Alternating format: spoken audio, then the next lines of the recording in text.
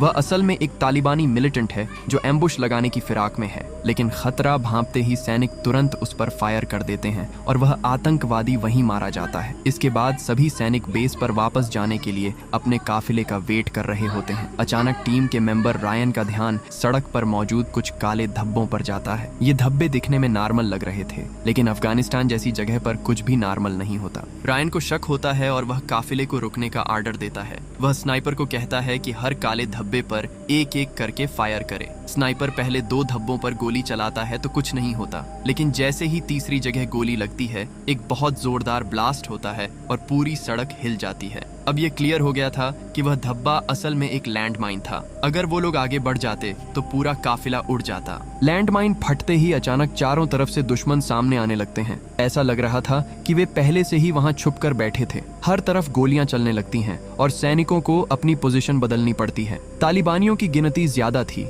इस वजह से उन्हें वहां से निकलने के लिए कोई दूसरा रास्ता देखना पड़ता है। पीछे तो वह उससे शादी करेगा। जेन भी खुशी खुशी मान जाती है और उसे मिशन के दौरान सेफ रहने को कहती है। रायन उसे पूरी सावधानी बरतने का प्रॉमिस करता है। अगले दिन जनरल का काफिला ओपनिंग फंक्शन की तरफ बढ़ता है। वहीं रायन और उसकी टीम उस पहाड़ पर अपनी पोजीशन ले लेते हैं जहां से सेफ हाउस और फंक्शन दोनों जगह नजर रखी जा सके। वे देखना चाहते थे कि बीडीके किस तरफ जाता है। थोड़ी देर में सड़क पर बीडीके का काफिला दिखता है। वह फंक्शन में जाने के बजाय सेफ हाउस की तरफ मुड़ जाता है। यह देखते ही पीठ तुरंत एक डिपार्टमेंट को कॉल लगाता है और बीडीके का फोन हैक करने को कहता है ताकि उनकी बातें सुनी जा सकें। पहली बार में तो काम नहीं बनता, लेकिन दूसरी बार में फोन हैक हो जाता है। सेफ हाउस पहुंचते ही गोस्ट बाहर आता है और सीधे बीडीके के सामने खड़ा हो जाता है। पीट और बाकी लोग एक ट्रांसलेटर के जरिए उनकी बातें सुनते हैं। गोस्ट बीडीके पर उसकी इज्जत खराब करने का इल्जाम लगाता है। बीडीके जवाब देता है कि तुम्हारे बेटे ने मेरी जमीन का किराया नहीं दिया।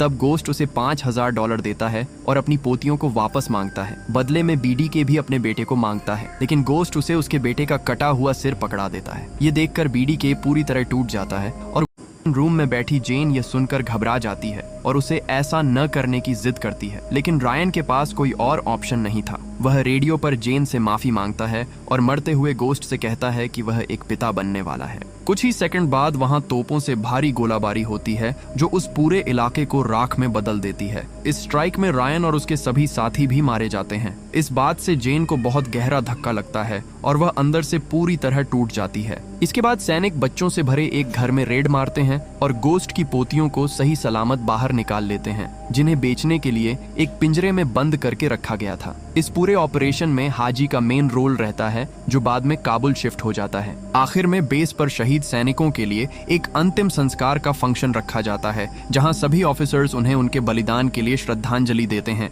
जेन भी भारी मन से रायन को अपना आखिरी अलविदा कहती है। दूसरी तरफ गोस्ट का बेटा भी अपनी बेटियों के